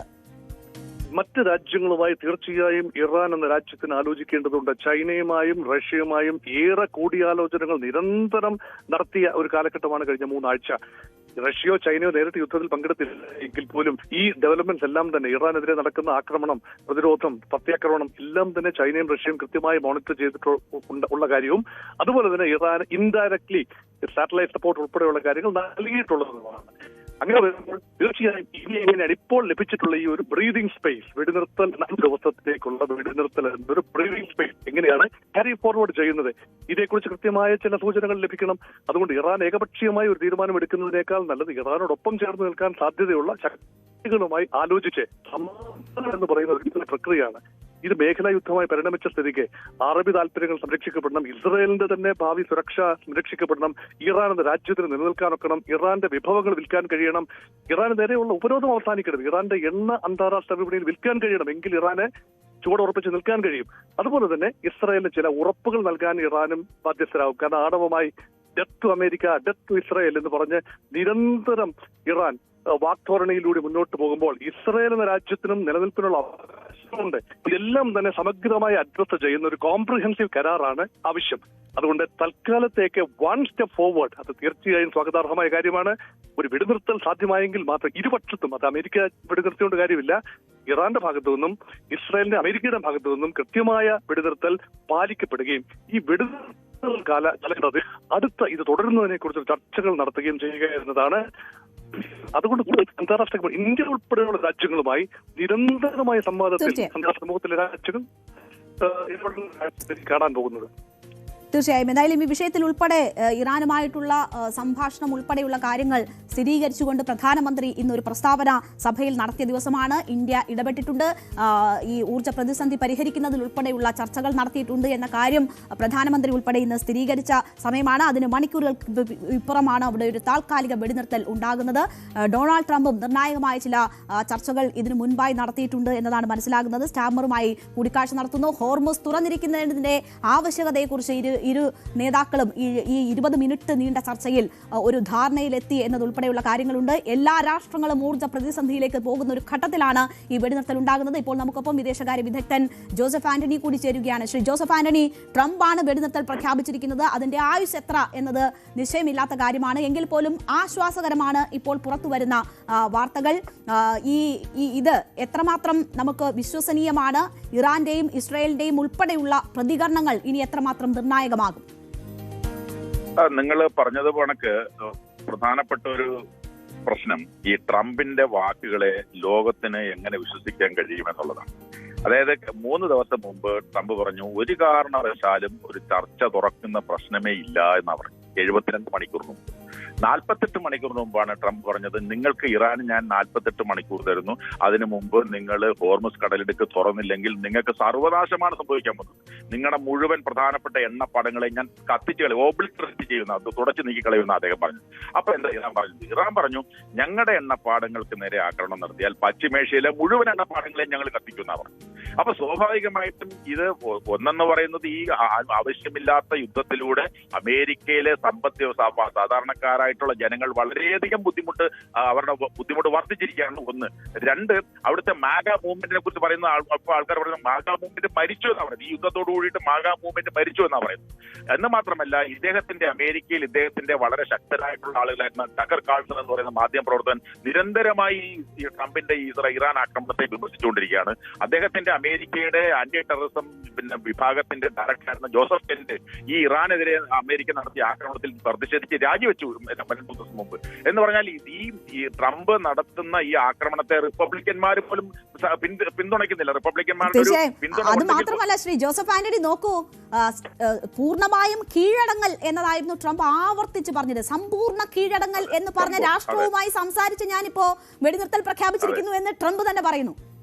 അതെ, ഉപാധികളില്ലാതെ കീഴടങ്ങുക, നിങ്ങളെ ഞങ്ങൾ സമ്പൂർണ്ണമായി നശിപ്പിക്കും, നിങ്ങളുടെ ആണവ പദ്ധതികൾ ഞങ്ങൾ സമ്പൂർണ്ണമായി നശിപ്പിക്കുമെന്ന് പറയുകയും 72 മണിക്കൂർ മുമ്പ് നിങ്ങൾക്ക് ഞാൻ ഒരു വിധമായ ചർച്ചകൾക്കും ഇല്ല എന്ന് പറയുകയും അത് കഴിഞ്ഞ് 24 മണിക്കൂറിന് മുമ്പ് അദ്ദേഹം പറഞ്ഞു 48 മണിക്കൂർ ഞാൻ നിങ്ങൾക്ക് തരുന്നു, ഹോർമുസ് കടലിലേക്ക് തുറക്കുകയും ചെയ്യണം. എന്താ ഇതിന്റെ കാര്യം? ലോകത്തോട്ട്, അതായത് ഇറാനെതിരായിട്ട് ഇസ്രായേലും അമേരിക്കയും ചേർന്ന് നടത്തിയ യുദ്ധം പശ്ചിമേഷ്യ മാത്രമല്ല നമുക്ക് എല്ലാവർക്കും അറിയുന്ന പോലെ നമ്മുടെ ഓരോരുത്തരുടെയും വീടുകളെ വരെ ആശങ്കയിലാഴ്ത്തിയിരിക്കുകയാണെന്നല്ല അറിയാമല്ലോ. അപ്പൊ അത് ലോകത്തൊട്ടാകെ ലോക യുദ്ധമായിട്ട്, ലോകത്തെ എല്ലാ രാജ്യങ്ങളും ചേർന്ന് യുദ്ധം നടത്തില്ലെങ്കിലും ലോകത്തെ മുഴുവൻ ജനങ്ങളെയും ബാധിക്കുന്ന യുദ്ധമായി ഇത് മാറിക്കഴിഞ്ഞു. അമേരിക്കയിൽ അത് അതിശക്തമായ പ്രതിഷേധം അതിനെതിരായിട്ടുണ്ട്. അതുപോലെ തന്നെ ഇപ്പൊ ഏറ്റവും ഒടുവിൽ ഈ 48 മണിക്കൂർ പ്രഖ്യാപനം വന്നപ്പോഴാണ് പശ്ചിമേഷ്യൻ രാജ്യങ്ങൾ മുഴുവൻ ഈ അമേരിക്ക ഒരു കാരണവശാലും ഇതുമായിട്ട് മുന്നോട്ട് പോകാൻ കഴിയത്തില്ല. പശ്ചിമേഷ്യൻ രാജ്യങ്ങളുടെ ഏറ്റവും പ്രധാനപ്പെട്ട സ്രോതസ് എന്ന് പറയുന്ന എണ്ണ വ്യാപാരമാണ്. ആ എണ്ണ വ്യാപാരം നിലച്ചാൽ പശ്ചിമേഷ്യൻ സമ്പദ് വ്യവസ്ഥ മുഴുവൻ നശിക്കും. അപ്പൊ സ്വാഭാവികമായിട്ടും ഇത് ഇറാനെ സംബന്ധിച്ചൊരു നിലനിൽപ്പിന്റെ യുദ്ധമാണ്. ഇറാന്റെ എണ്ണ സ്രോതസ്സിനെ മുഴുവൻ നശിപ്പിച്ചാൽ തീർച്ചയായിട്ടും പിന്നെ ഇറാൻ എന്താ നോക്കാനുള്ളത്? ഇറാൻ തീർച്ചയായിട്ടും പശ്ചിമേഷ്യൻ രാജ്യങ്ങളുടെ എണ്ണ സമ്പത്തുകളെ ഇല്ലാതാക്കും. അതുകൊണ്ട് ആ ഒരു ആപത്ത് മനസ്സിലാക്കിക്കൊണ്ടാണ് വാസ്തവത്തിൽ ഈ വളരെ അപ്രതീക്ഷിതമെന്ന് തോന്നാവുന്ന തരത്തിൽ, അതായത് ഇപ്പൊ അദ്ദേഹം പറഞ്ഞിരിക്കുന്നത് ഇറാനെ പൂർണ്ണമായും ആക്രമിക്കത്തില്ല എന്നല്ലോ പറഞ്ഞിരിക്കുന്നത്. അദ്ദേഹത്തിന്റെ വാചകം വളരെ കൃത്യമാണ്. ഞങ്ങൾ കഴിഞ്ഞ 2 ദിവസമായി ചർച്ചകൾ നടന്നുകൊണ്ടിരിക്കുകയാണ്. ആ ചർച്ചകളുടെ ടോൺ ആൻഡ് ടെനർ, അതിന്റെ രീതികളും സ്വഭാവവും മെച്ചമാണ് എന്നുള്ളത് കൊണ്ട് ഞങ്ങൾ എണ്ണപ്പാടങ്ങൾക്കെതിരെ എണ്ണ ഇൻഫ്രാസ്ട്രക്ചറിന് നേരെ ആക്രമണം നടത്തില്ല എന്ന് മാത്രമാണ് അദ്ദേഹം പറഞ്ഞിട്ടുള്ളത്. എന്ന് മാത്രമല്ല ഇത് ഈ വരുന്ന ദിവസങ്ങളിൽ നടക്കാൻ പോകുന്ന ചർച്ചകളുടെ അടിസ്ഥാനത്തിലായിരിക്കും ഇതങ്ങോട്ട് മുന്നോട്ട് പോവുക എന്നും പറഞ്ഞിട്ടുണ്ട്. അതൊരു കാര്യം. തീർച്ചയായും ഇതിലിപ്പോ ഇങ്ങനെ ഒരു വെടിനിർത്തലിലേക്ക് കാര്യങ്ങൾ എത്തിയത് എങ്ങനെയെന്നാണ് താങ്കൾ കരുതുന്നത്? 48 മണിക്കൂർ ഡെഡ് ലൈൻ പ്രഖ്യാപിച്ചതിന് ശേഷം വലിയ സമ്മർദ്ദം ട്രംപിന് മേൽ ഉണ്ടായിരുന്നു എന്നാണ് മനസ്സിലാകുന്നത്. നിരവധി രാഷ്ട്രങ്ങൾ ഈ വെടിനിർത്തലിലേക്ക് കാര്യങ്ങൾ എത്തുന്നതിലുള്ള ഇടപെടലുകൾ നടത്തി. ഈ 48 മണിക്കൂറിന് ശേഷം ഈ ആക്രമണം രൂക്ഷമാകുന്നില്ല എന്ന് ഉറപ്പുവരുത്തുന്നതിന് വേണ്ടിയുള്ള ഇടപെടൽ ഉണ്ടായി എന്ന് മനസ്സിലാക്കുന്നു. ഒമാൻ അക്കാര്യം സ്ഥിരീകരിച്ചിട്ടുണ്ട്. ഞങ്ങൾ ചില കാര്യങ്ങൾ സംസാരിച്ചിട്ടുണ്ട് എന്ന കാര്യം ഒമാൻ ഫിനാൻസ് മിനിസ്റ്റർ ഇപ്പോൾ സ്ഥിരീകരിക്കുന്നു എന്ന് വരുന്നു. അപ്പോൾ ഗൾഫ് രാഷ്ട്രങ്ങളുടെ വലിയ സമ്മർദ്ദം, അതോടൊപ്പം തന്നെ മറ്റ് രാഷ്ട്രങ്ങളുടെയും സമ്മർദ്ദമാണോ ട്രംപിനെ ഇപ്പോൾ ഇങ്ങനെ ഒരു പ്രഖ്യാപനത്തിലേക്ക് എത്തിച്ചിരിക്കുന്നത്? ഏറ്റവും പ്രധാനപ്പെട്ട കാര്യം ഇറാന്റെ നിലപാടാണ്.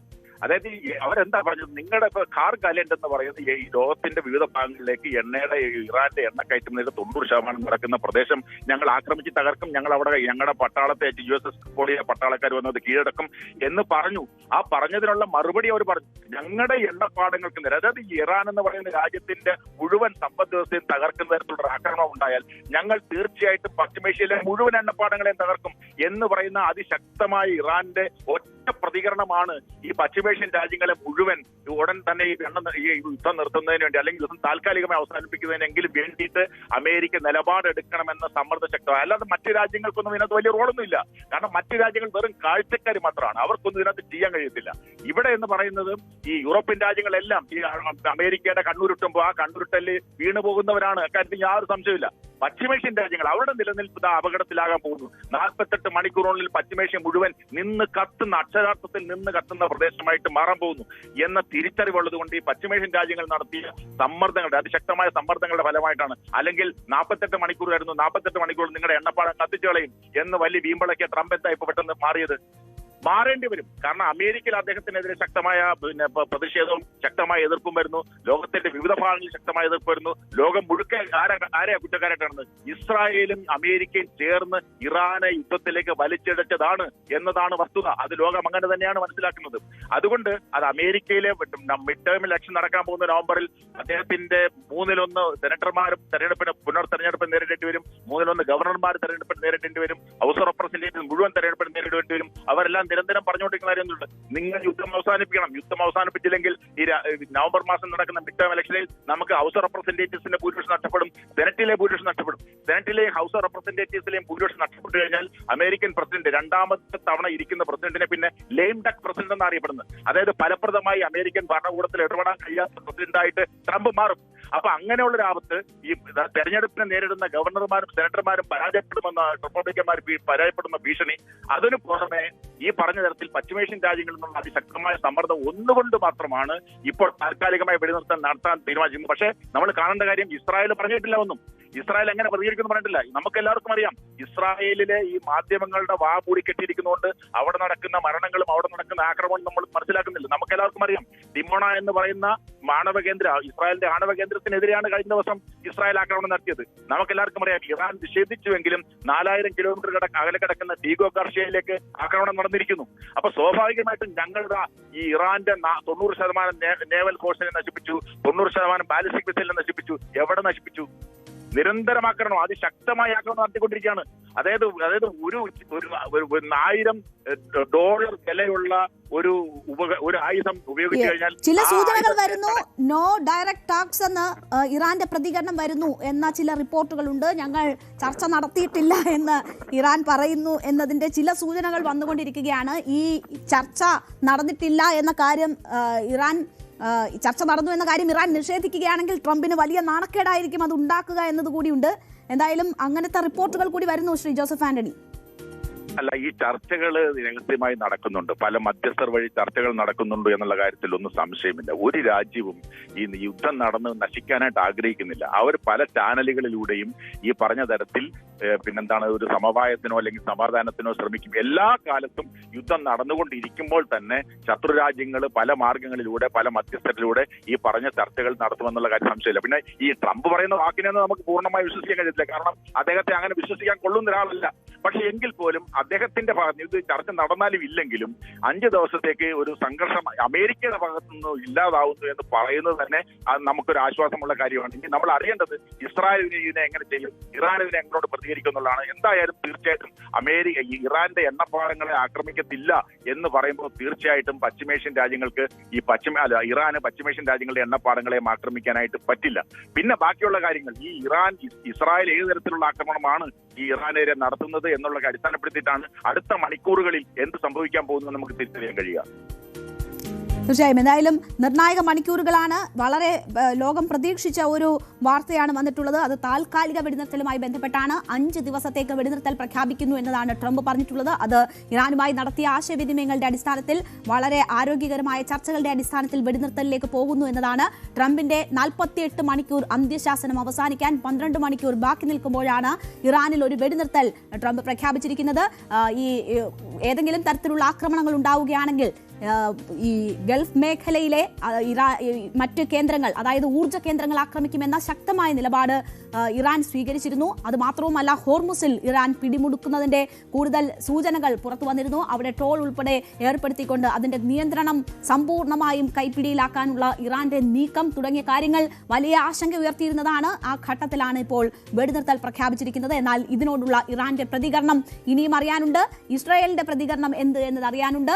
ഇതൊരു താൽക്കാലിക വെടിനിർത്തൽ മാത്രമാണ് പ്രഖ്യാപിച്ചിരിക്കുന്നത്. അതൊരു ശാശ്വതമായ പരിഹാരത്തിലേക്ക് പോകുമോ, ഈ യുദ്ധം എന്നേക്കുമായി അവസാനിപ്പിക്കുമോ തുടങ്ങിയ കാര്യങ്ങൾ അറിയാനുണ്ട്. ട്രംപാണ് ഇപ്പോൾ വെടിനിർത്തൽ പ്രഖ്യാപിച്ചിരിക്കുന്നത്. നമുക്കറിയാം, ട്രംപ് പലപ്പോഴും തന്റെ അഭിപ്രായങ്ങൾ മാറ്റിപ്പറയുന്ന വ്യക്തിയാണ്.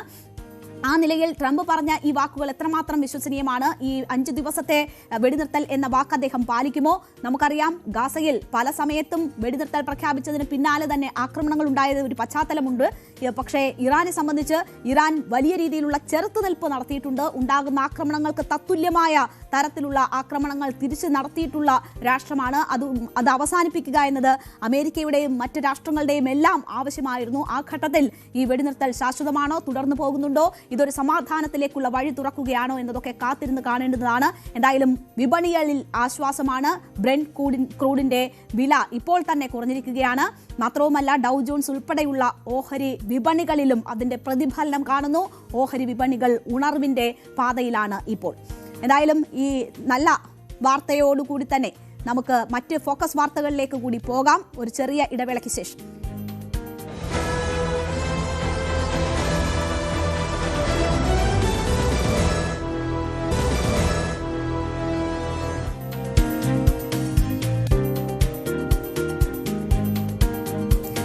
പശ്ചിമേഷ്യൻ യുദ്ധത്തിൽ താൽക്കാലിക വെടിനിർത്തലാണെങ്കിൽ ഇവിടെ തെരഞ്ഞെടുപ്പ് യുദ്ധം കത്തിക്കയറുകയാണ്. തെരഞ്ഞെടുപ്പ് ചൂട് ഉയർത്തിക്കൊണ്ട് ഡീൽ വിവാദമാണ് കത്തിക്കയറുന്നത്. ഇന്ന് നാമനിർദ്ദേശ പത്രിക സമർപ്പിക്കാനുള്ള അവസാന ദിവസമായിരുന്നു. ഇന്ന് പ്രമുഖ സ്ഥാനാർത്ഥികളുടെ ഉൾപ്പെടെ കൂടുതൽ പത്രികകൾ സമർപ്പിക്കപ്പെട്ട ദിവസവും ഇന്നാണ്. അങ്ങനെ തെരഞ്ഞെടുപ്പ് പ്രക്രിയയുടെ ഒരു വളരെ പ്രധാനപ്പെട്ട ദിവസമാണ്. അതോടൊപ്പം തന്നെ ഈ തെരഞ്ഞെടുപ്പുമായി ബന്ധപ്പെട്ട് ചിത്രം തെളിയുമ്പോൾ ആരോപണ പ്രത്യാരോപണങ്ങൾ കൂടുതൽ ശക്തമാവുക കൂടിയാണ്. ഇന്നും ഉയർന്നു കേട്ടത് ഡീൽ വിവാദം തന്നെയാണ്. ഡീൽ വിവാദമാണ് ഏറ്റവും കത്തി നിൽക്കുന്നത്. ഈ തെരഞ്ഞെടുപ്പിലെ പ്രധാന ആരോപണമായി ഡീൽ വിവാദം മാറുന്നതാണ് നമ്മൾ ഇന്ന് കാണുന്നത്. വി.ഡി. സതീശൻ തൊടുത്തുവിട്ട ആരോപണത്തിൽ മുഖ്യമന്ത്രി ഇന്ന് മറുപടി പറഞ്ഞെത്തി. ഡീലിന് തെളിവുണ്ടെന്ന് പറഞ്ഞ വി.ഡി. സതീശൻ ഡീൽ മണ്ഡലങ്ങളുടെ പേരും പുറത്തുവിട്ടിരിക്കുകയാണ്. അപ്പോൾ 10ഓളം മണ്ഡലങ്ങളിൽ ഡീൽ എന്നാണ് വി.ഡി. സതീശൻ ആരോപിക്കുന്നത്. അത് ഒരു പക്ഷേ ഈ ഭരണത്തെ തന്നെ നിയന്ത്രിക്കുന്ന അല്ലെങ്കിൽ നിശ്ചയിക്കുന്ന തരത്തിലുള്ള ആരോപണമാണ്. അങ്ങനെയാണെങ്കിൽ അതിന്റെ വിശദാംശങ്ങൾ എന്താണ്, തെളിവുണ്ട് എന്ന് വി.ഡി. സതീശൻ പറയുന്നു. അതുൾപ്പെടെ വിശദമായി തന്നെ നമുക്ക് നോക്കാം.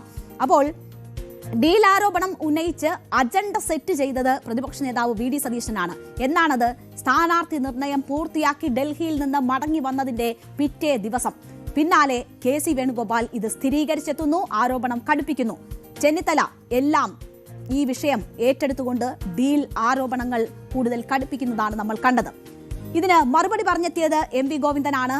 നുണയനാണ് വി.ഡി. സതീശൻ എന്ന് ആരോപിച്ചുകൊണ്ടാണ്, എന്തും വിളിച്ചു പറയുന്ന ആളാണ്, നുണയനാണ് എന്ന് പ്രതിപക്ഷ നേതാവിനെ ആരോപിച്ചുകൊണ്ടാണ് എം.വി. ഗോവിന്ദൻ ഇതിനെ നേരിട്ടത്.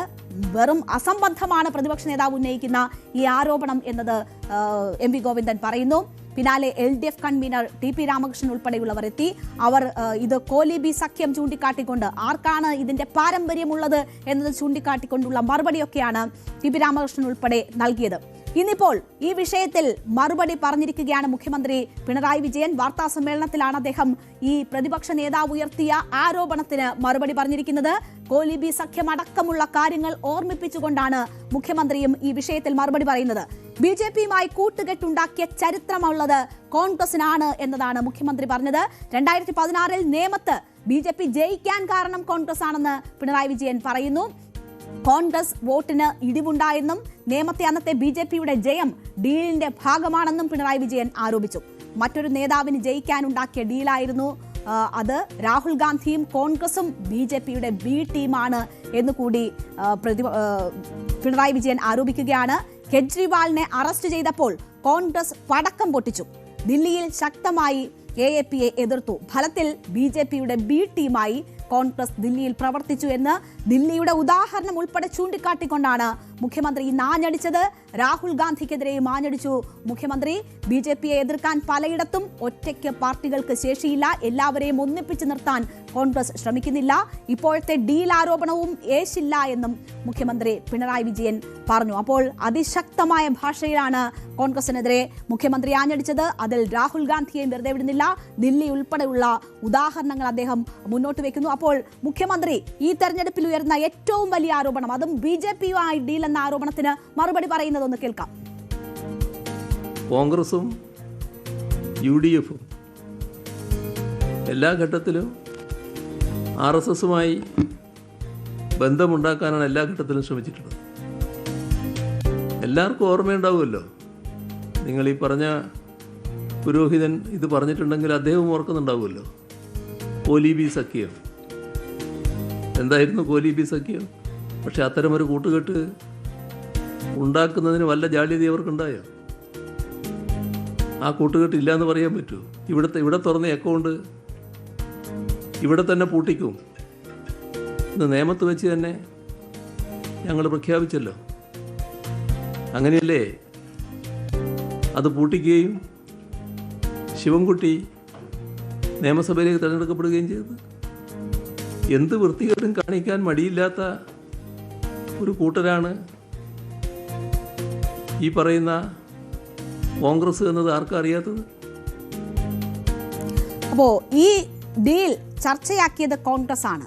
കോൺഗ്രസ് ഒരു പ്രത്യേക അജണ്ട സെറ്റ് ചെയ്യുകയായിരുന്നു. അതുകൊണ്ട് തന്നെ മുഖ്യമന്ത്രിയുടെ മറുപടിക്ക് ശേഷവും അതിൽ നിന്ന് ഒട്ടും പിന്നോട്ട് പോകുന്നില്ല കോൺഗ്രസിന്റെ നേതാക്കൾ. തെരഞ്ഞെടുപ്പിൽ CPM-ഉം BJP-യും തമ്മിലുള്ള ധാരണ വ്യക്തമാണെന്നും NDA-യുടെ സ്ഥാനാർത്ഥി പട്ടിക കണ്ടാൽ ഇക്കാര്യം വ്യക്തമാകുമെന്നുമാണ് രമേശ് ചെന്നിത്തല പറഞ്ഞത്. മോദി, അമിത്ഷാ, പിണറായി വിജയൻ എന്നിവർ തമ്മിലുള്ള ഡീലാണ് നടന്നിട്ടുള്ളത് എന്ന് രമേശ് ചെന്നിത്തല ആരോപിക്കുന്നു. BJP-ക്ക് MLA-മാരെ ഉണ്ടാക്കിക്കൊടുക്കാനുള്ള ഡീലാണിത് എന്നതാണ് ചെന്നിത്തല ആരോപിക്കുന്നത്. ഇടതുപക്ഷത്തിന്റെ സ്ഥാനാർത്ഥി പട്ടിക ദുരൂഹമാണെന്ന് AICC ജനറൽ സെക്രട്ടറി KC വേണുഗോപാലും ആരോപിക്കുന്നു. അപ്പോൾ ഒരാൾ BJP-യുടെ പട്ടിക നോക്കൂ എന്ന് പറയുന്നു, മറ്റൊരാൾ CPM-ന്റെ പട്ടിക നോക്കൂ എന്നതാണ് പറയുന്നത്. പാലക്കാട്, തൃശൂർ ജില്ലകളിലെ സ്ഥാനാർത്ഥി പട്ടിക കണ്ടാൽ ഡീൽ വ്യക്തമാകും എന്നതാണ് KC വേണുഗോപാൽ ആരോപിക്കുന്നത്. അപ്പോൾ 10ഓളം മണ്ഡലങ്ങൾ, അതാണ് കോൺഗ്രസ് പറയുന്നത്, 10ഓളം മണ്ഡലങ്ങളിൽ NDA-യും LDF-ഉം തമ്മിൽ ഡീൽ ഉണ്ട് എന്നതാണ് ആരോപണം. അതിന് തെളിവുണ്ട് എന്ന് പറയുന്നു. മുഖ്യമന്ത്രിയുടെ വിശദീകരണത്തിന് ശേഷവും പഴയ കോലീബി ഉൾപ്പെടെ ചർച്ചയാകുമ്പോഴും ഈ ആരോപണത്തിൽ ഉറച്ചു നിന്നുകൊണ്ട് രംഗത്ത് വരികയാണ് കോൺഗ്രസ് നേതാക്കൾ. അപ്പോൾ ചെന്നിത്തലയുടെയും KC വേണുഗോപാലിന്റെയും വാക്കുകൾ കൂടി. BJP-ക്ക് ചെയ്യുന്ന NDA-ക്ക് ചെയ്യുന്ന ഓരോ വോട്ടും CPM-നെ സഹായിക്കുകയാണ് അതുവഴി ചെയ്യുന്നത്. ജനങ്ങൾ ജാഗരൂകരായിരിക്കണം. ഈ നാട്ടിലെ ജനങ്ങൾ ഭൂരിപക്ഷവും ഒരു രാഷ്ട്രീയ മാറ്റം ആഗ്രഹിക്കുകയാണ്, ഭരണമാറ്റം ആഗ്രഹിക്കുകയാണ്. അതിനെ തടയിടാൻ വേണ്ടിയാണ് പാലക്കാടും ഏറ്റുമാനൂരും ഉൾപ്പെടെയുള്ള പല സ്ഥലങ്ങളിലും BJP-യും CPM-ഉം തമ്മിലുള്ള അന്തർധാര ഇപ്പോൾ പുറത്തു വന്നുകൊണ്ടിരിക്കുന്നത്. അറിയപ്പെടാത്ത സ്ഥാനാർത്ഥികൾ 22 സീറ്റാണ് 2020-ക്ക് നൽകിയിരിക്കുന്നത്. ആരാണ് ഈ 22? 2 പേർ നോമിനേഷൻ പോലും കൊടുക്കാൻ പറ്റും. VD ജയസേന സ്ഥാനാർത്ഥികൾ. ഇതെല്ലാം ഇവർ തമ്മിലുള്ള ഡീലാണ്. കേരളത്തിൽ UDF ഗവൺമെന്റ് വരാതിരിക്കാൻ 2021-ൽ ചെയ്തതുപോലെയുള്ള ഒരു പൊളിറ്റിക്കൽ ഡീലാണ് CPM-ഉം BJP-യും തമ്മിൽ നടത്തിക്കൊണ്ടിരിക്കുന്നത്. പക്ഷേ ഇത്തവണത്തെ തെരഞ്ഞെടുപ്പിൽ എന്ത് ഡീലുണ്ടായാലും ജനങ്ങൾ ഒരു ഭരണമാറ്റത്തിന് വേണ്ടി വോട്ട് ചെയ്യുമെന്നുള്ള ഉറപ്പ് ഞങ്ങൾക്കുണ്ട്. അത് അദ്ദേഹത്തിന്റെ വാക്കുകളിൽ വ്യക്തമാണല്ലോ. അദ്ദേഹം BJP-യുടെ കൊട്ടേഷൻ എടുത്തിരിക്കുകയാണ്. CPM-ന്റെ ക്യാപ്റ്റനായിട്ട് അവരുടെ ആളുകൾ പറയുന്നുണ്ട് അദ്ദേഹത്തെ. പക്ഷെ ഇപ്പം BJP-യുടെ ക്യാപ്റ്റനാണ് സംശയിക്കേണ്ടി വരും. ഇദ്ദേഹം തന്നെ മുമ്പ് പറഞ്ഞതാണ് നാക്കാർക്കും വാടക കൊടുക്കരുത്. ഇദ്ദേഹത്തിന്റെ നാക്ക് ഇപ്പം BJP-ക്ക് വേണ്ടി വാടക കൊടുത്തിരിക്കുകയാണ്. അതല്ലെങ്കിൽ രാഹുൽ ഗാന്ധിയെ ടാർഗറ്റ് ചെയ്തുകൊണ്ട് ഇത്രയും ആക്രമണം നടത്തേണ്ട കാര്യം എന്താണ്? ഇന്ത്യയിൽ രാഹുൽ ഗാന്ധിക്കെതിരെ ഏറ്റവും കൂടുതൽ ആക്രമണം നടത്തുന്ന ആരാണ്? BJP. അതേ ഉത്തരവാദിത്വം, അതേ കാര്യം ഏറ്റെടുത്തുകൊണ്ട് നമ്മുടെ മുഖ്യമന്ത്രിയും ആക്രമിക്കുകയാണ് രാഹുൽ ഗാന്ധിയെ. ഇത് ക്ലിയർ കൊട്ടേഷനാണ് BJP-യുടെ. അത് എല്ലാവർക്കും അറിയാം. അതിന്റെ ഭാഗമായിട്ട് തന്നെയാണ് ഈ ഡീല്. കാരണം ഡീലില്ലാതെ മുഖ്യമന്ത്രിക്ക് ഒരു ഇഞ്ച് മുന്നോട്ട് പോകാൻ പറ്റില്ല. ബന്ധുക്കളെയും സ്വന്തക്കാരെയും രക്ഷിക്കാൻ വേണ്ടിയിട്ട് മോഡിയുടെ മുമ്പിൽ സാഷ്ടാംഗം വീണ ആളാണ് കേരളത്തിലെ മുഖ്യമന്ത്രി. കേരളത്തിലെ താല്പര്യങ്ങളല്ല അദ്ദേഹത്തിന്റെ പ്രശ്നം, പാർട്ടി താല്പര്യങ്ങളല്ല അദ്ദേഹത്തിന്റെ പ്രശ്നം. അദ്ദേഹത്തിന് സ്വന്തം താല്പര്യങ്ങൾ സംരക്ഷിക്കാൻ വേണ്ടി എല്ലാ ആശയങ്ങളെയും അടിയറ വെക്കുന്ന മുഖ്യമന്ത്രിയാണ്. അതുകൊണ്ടാണ് കമ്മ്യൂണിസ്റ്റ് പാർട്ടിയിൽ നിന്നും ഇത്രയേറെ ഉരുൾപൊട്ടൽ ഉണ്ടാകുന്നത്. അപ്പോ നമുക്കറിയാം നമ്മുടെ തെരഞ്ഞെടുപ്പുകളിൽ ഏറ്റവും വലിയ ചർച്ച BJPയെ ചെറുക്കുന്നത് ആര് എന്നതാണ്. മതനിരപേക്ഷ സമൂഹത്തിന് മുന്നിൽ എല്ലാ രാഷ്ട്രീയ പാർട്ടികളും BJPയെ ചെറുക്കുന്നത് ഞങ്ങളാണ് എന്ന് പറയുന്നത്. ഏറ്റവും പ്രമുഖമായിട്ടുള്ള LDF, UDF മുന്നണികൾ അങ്ങനെയുള്ള അവകാശവാദങ്ങളാണ് നടത്തുന്നത്. അവിടെയാണ് BJPയുടെ ക്യാപ്റ്റനാണ് മുഖ്യമന്ത്രി എന്നതുൾപ്പെടെയുള്ള അതിശക്തമായ വിമർശനം KC വേണുഗോപാലിന്റെ ഭാഗത്തു നിന്നും ഉണ്ടാകുന്നത്. അപ്പോൾ ഇതാണ് കോൺഗ്രസ് മുന്നോട്ട് വെച്ചിട്ടുള്ള അജണ്ട. ഈ തെരഞ്ഞെടുപ്പിൽ BJPക്കൊപ്പം ഡീലിലാണ് CPM എന്ന് വരുത്തുന്നു.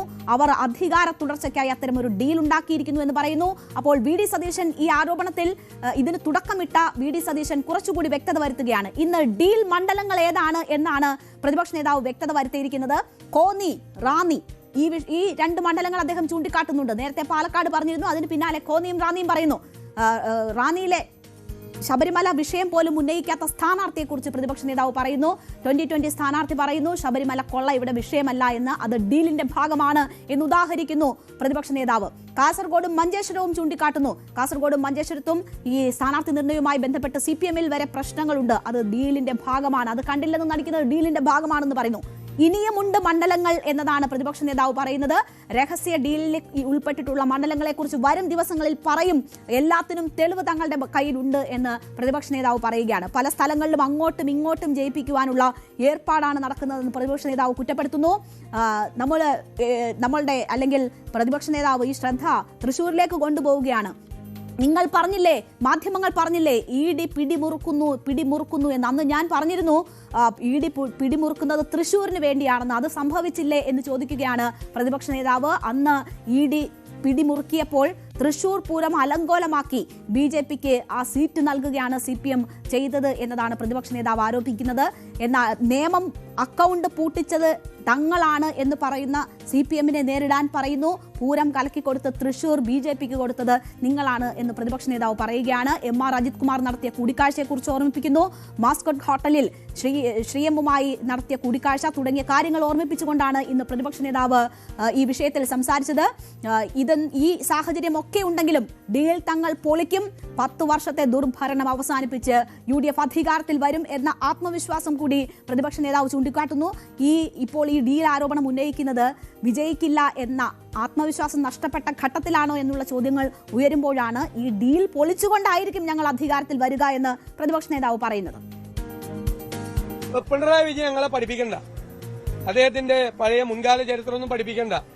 അതേ കോലീബി എന്ന് പറയാ, അതിനേക്കാളും മുമ്പുള്ള ഒരു ചരിത്രം ഉണ്ടല്ലോ. RSSന്റെ കൂടി പിന്തുണയോടുകൂടിയല്ലേ ജയിച്ചു വന്നത്. 77 അസംബ്ലിയിൽ ജയിച്ചു വന്നത് RSSനോട് പിന്തുണയോടുകൂടിയല്ലേ. അപ്പൊ ഞങ്ങളെ ചരിത്രമൊന്നും മുഖ്യമന്ത്രി ഓർമ്മിപ്പിക്കണ്ട. മുഖ്യമന്ത്രിയുടെ ചരിത്രം ഇതാണ്, മനസ്സിലായി. ഈ ഡീലാണ്, ഈ ഡീല് ഞങ്ങൾ പൊളിക്കും, ഒരു സംശയ കാര്യത്തിൽ വേണ്ട.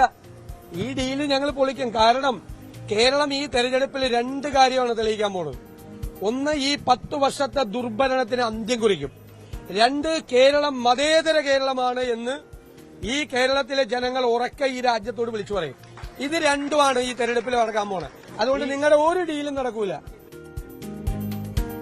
ഡീലാരോപണം വെറും നാണംകെട്ട പ്രചാരണത്തിന്റെ ഭാഗമെന്നാണ് BJP സംസ്ഥാന അധ്യക്ഷൻ രാജീവ് ചന്ദ്രശേഖർ ഉൾപ്പെടെ പറയുന്നത്. മാത്രവുമല്ല, ഡീലുള്ളത് LDF-ഉം UDF-ഉം തമ്മിലാണ് എന്നതാണ് BJP ഈ തെരഞ്ഞെടുപ്പിൽ പറഞ്ഞുകൊണ്ടിരിക്കുന്നത്. എന്തായാലും BJP-യുമായി ഡീൽ ആർക്കെന്ന ചർച്ചയാണ് ഈ തെരഞ്ഞെടുപ്പിൽ സജീവം.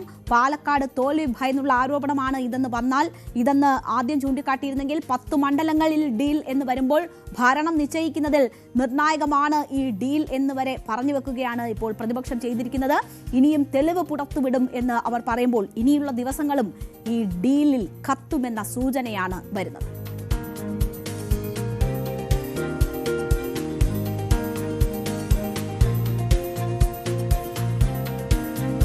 ഓരോ തെരഞ്ഞെടുപ്പിലും കത്തിക്കയറുന്ന വിവാദങ്ങൾ ഉണ്ടാകും. വിദ്വേഷവും ഏറ്റുമുട്ടലും ഒക്കെ തെരഞ്ഞെടുപ്പ് കാലത്ത് ഉണ്ടാകാറുണ്ട്. ചില പദപ്രയോഗങ്ങൾ വലിയ ചർച്ചയാകാറുമുണ്ട്. മുഖ്യമന്ത്രി തുടങ്ങിവെച്ച പദപ്രയോഗം ഇപ്പോൾ വലിയ ചർച്ചയാണ്. ചെറ്റത്തരം എന്ന പ്രയോഗമാണ് G. സുധാകരനെതിരെ നടത്തിയതാണ്. ഒപ്പം തന്നെ ഡോക്ടർ തോമസ് ഐസക് പാലക്കാട്ടെ UDF സ്ഥാനാർത്ഥിക്കെതിരെ നടത്തിയ കോമാളി പരാമർശവും ഒക്കെ വലിയ ചർച്ചയാണ് ഈ തെരഞ്ഞെടുപ്പിൽ. അതിൽ ഐസക് തിരുത്തുമ്പോൾ മുഖ്യമന്ത്രി പറഞ്ഞത് ന്യായീകരിക്കപ്പെടുന്നത് കൂടിയാണ് നമ്മൾ കാണുന്നത്. ഇന്നലെ കൊച്ചിയിലാണ് LDF പ്രചാരണത്തിനിടെ CPM കേന്ദ്ര കമ്മിറ്റി അംഗം തോമസ് ഐസക് ഒരു പരാമർശം നടത്തുന്നത്, കോമാളി പരാമർശം നടത്തുന്നത്. ഇത് വലിയ വിവാദമായി. CPM BJP ഡീൽ ആരോപണത്തോടെ ശ്രദ്ധാകേന്ദ്രമായി മാറിയ പാലക്കാട് മണ്ഡലത്തിൽ UDF സ്ഥാനാർത്ഥിയായ രമേശ് പിഷാരടിക്കെതിരായ വ്യക്തിപരമായ ഒരു അവഹേളനം എന്ന നിലയിൽ തന്നെ അത് ചർച്ചയായി. കോമാളി വേഷം കെട്ടുന്ന നടന്മാരെ സ്ഥാനാർത്ഥിയാക്കിയിട്ട് വോട്ട് കിട്ടുന്നില്ല എന്ന് പറഞ്ഞിട്ട് വല്ല കാര്യവുമുണ്ടോ എന്നായിരുന്നു തോമസ് ഐസക് ചോദിച്ചത്. പിഷാരടിയെ കോമാളി എന്ന് വിളിച്ചു. അത് വലിയ ചർച്ചയാകുമ്പോൾ അതിൽ തോമസ് ഐസക് തന്നെ ഖേദപ്രകടനം നടത്തി. പലസ്തീൻ പരാമർശം മുൻനിർത്തിയാണ് വിമർശിച്ചത് എന്നതാണ് അദ്ദേഹം വിശദീകരിച്ചത്.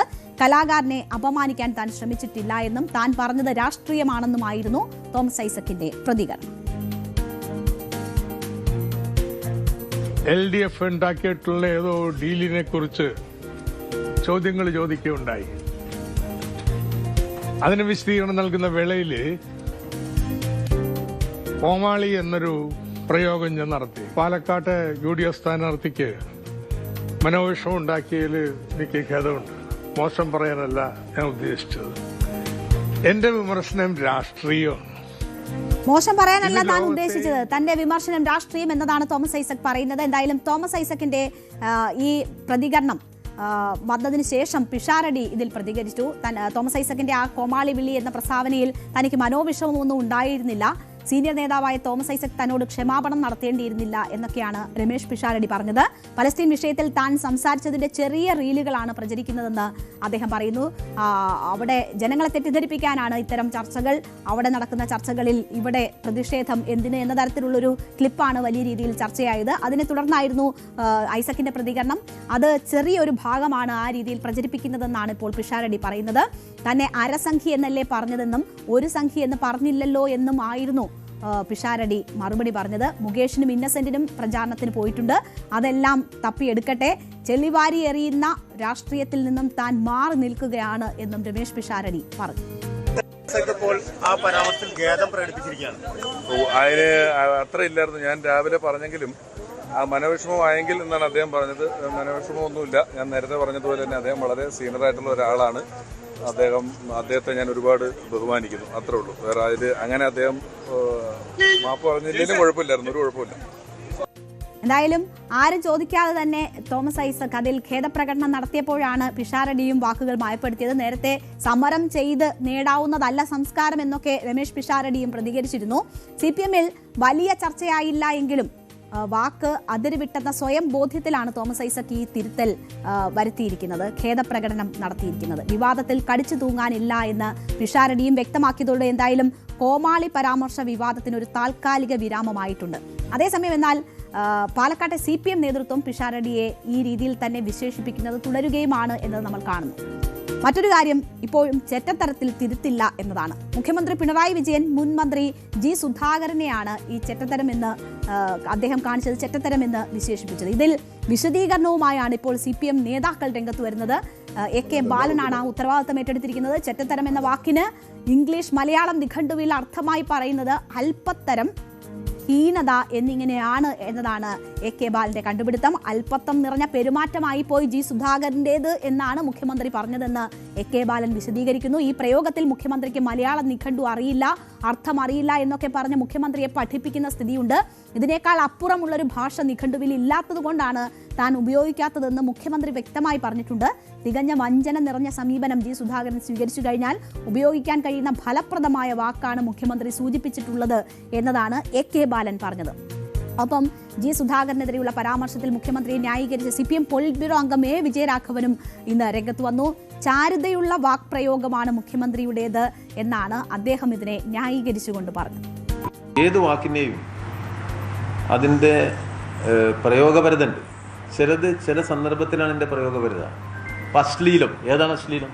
അശ്ലീലം എന്ന വാക്കിൻ്റെ അർത്ഥം എന്താ? ചിലത് അശ്ലീലമാണെന്ന് തോന്നുന്നുണ്ടാവും, എന്നാൽ അത് എല്ലാ തരത്തിലും അശ്ലീലമാണല്ലോ. അങ്ങനെയാണ് അശ്ലീലം എന്ന വാക്കിനെ കുറിച്ച് നിങ്ങളൊന്ന് അന്വേഷിച്ചു പോകുക. അശ്ലീലം എന്ന വാക്ക് അതിൻ്റെ ഉപയോഗക്ഷമതയിലാണ് അത് ശ്ലീലവും അശ്ലീലവും തമ്മിലുള്ള അതിർവരമ്പ് രൂപപ്പെടുന്നത്. ഇവിടെയും അങ്ങനെയാണ്. വാക്കിൻ്റെ പ്രയോഗം എന്നത് ഒറ്റപ്പെടുത്തി എടുത്തിട്ട് പറയുന്നതാണ് നിങ്ങളുടേത്. വാക്കിൻ്റെ പ്രയോഗത്തിൻ്റെ ചാരുത ആ സന്ദർഭവുമായി ബന്ധപ്പെട്ടതാണ്. അതുകൊണ്ട് ആ സന്ദർഭവുമായി ബന്ധപ്പെടുത്തിയാൽ ചാരുതയുള്ളൊരു വാക്ക് പ്രയോഗമാണ് കേരളത്തിൻ്റെ മുഖ്യമന്ത്രി നടത്തിയത്. ദോഷൈക ദൃക്കുകൾക്ക് അവരുടെ ദൃഷ്ടിക്കനുസരിച്ചാണ് അതിനെ വ്യാഖ്യാനിക്കാൻ കഴിയുക. ആ വ്യാഖ്യാനം കേരളത്തിലെ ചില മാധ്യമങ്ങൾ നടത്തേണ്ടായി. അതിന് ആ നിലയിൽ കണ്ടാൽ മതി. എന്തായാലും 2014 ലോക്സഭാ തെരഞ്ഞെടുപ്പ് കാലത്ത് ഇടതുപക്ഷത്തു നിന്ന് UDF-ലേക്ക് പോയ NK പ്രേമചന്ദ്രനെ ലക്ഷ്യമിട്ട് മുഖ്യമന്ത്രി നടത്തിയ പദപ്രയോഗം, പരനാറി പ്രയോഗം വലിയ ചർച്ചയായിരുന്നു. എല്ലാ തെരഞ്ഞെടുപ്പിലും കൊല്ലത്ത് അത് ചർച്ചയായിരുന്നു. പിന്നീട് തെരഞ്ഞെടുപ്പ് ഫലത്തെ പോലും ആ പദപ്രയോഗം സ്വാധീനിച്ചു എന്നാണ് കണക്കാക്കുന്നത്. എന്തായാലും ഇപ്പോൾ മറ്റൊരു പദപ്രയോഗം മുഖ്യമന്ത്രി നടത്തിയിരിക്കുകയാണ്. അത് സമാനമായ ഒരു സാഹചര്യത്തിലാണ് G. സുധാകരനെതിരെയാണ് നടത്തിയിരിക്കുന്നത്. അത് G. സുധാകരന് അനുഗ്രഹമാകുമോ എന്നത് കണ്ടറിയാം. എന്തായാലും തെരഞ്ഞെടുപ്പ് ഫലം വരെ അതിന് കാത്തിരിക്കേണ്ടി വരും. ഇതൊക്കെയാണ് നമ്മളുടെ വാർത്തകൾ ഇന്ന്. എന്തായാലും പശ്ചിമേഷ്യയിൽ യുദ്ധം അവസാനിക്കുന്നു എന്ന സമാധാനത്തോടു കൂടിയാണ് നമ്മളിപ്പോൾ ഇന്ന് പിരിയാൻ പോകുന്നത്. അവിടെ യുദ്ധം അവസാനിക്കുന്നുള്ളൂ. തെരഞ്ഞെടുപ്പ് യുദ്ധം തുടരുകയാണ്. വലിയ ചൂടാണ്. അതുകൊണ്ട് തന്നെ തെരഞ്ഞെടുപ്പ് വാർത്തകളും തെരഞ്ഞെടുപ്പ് പ്രചരണവും ഒക്കെയായി നടക്കുമ്പോൾ വെള്ളം കുടിക്കാൻ ആരും മറക്കരുത്. ശരീരം നോക്കണം. പുറത്ത് വെയിൽ കൊള്ളരുത്. UV കിരണങ്ങൾ അടിക്കാൻ അനുവദിക്കരുത്. അപ്പോൾ ഈ ജാഗ്രതയൊക്കെ ഓർത്തുകൊണ്ട് സമാധാനം പുലരട്ടെ എന്ന് ആഗ്രഹിച്ചുകൊണ്ട് നമുക്ക് പിരിയാം. ഇടവേളയ്ക്ക് ശേഷം അടുത്ത വാർത്താ ബുള്ളറ്റിൻ കാണാം.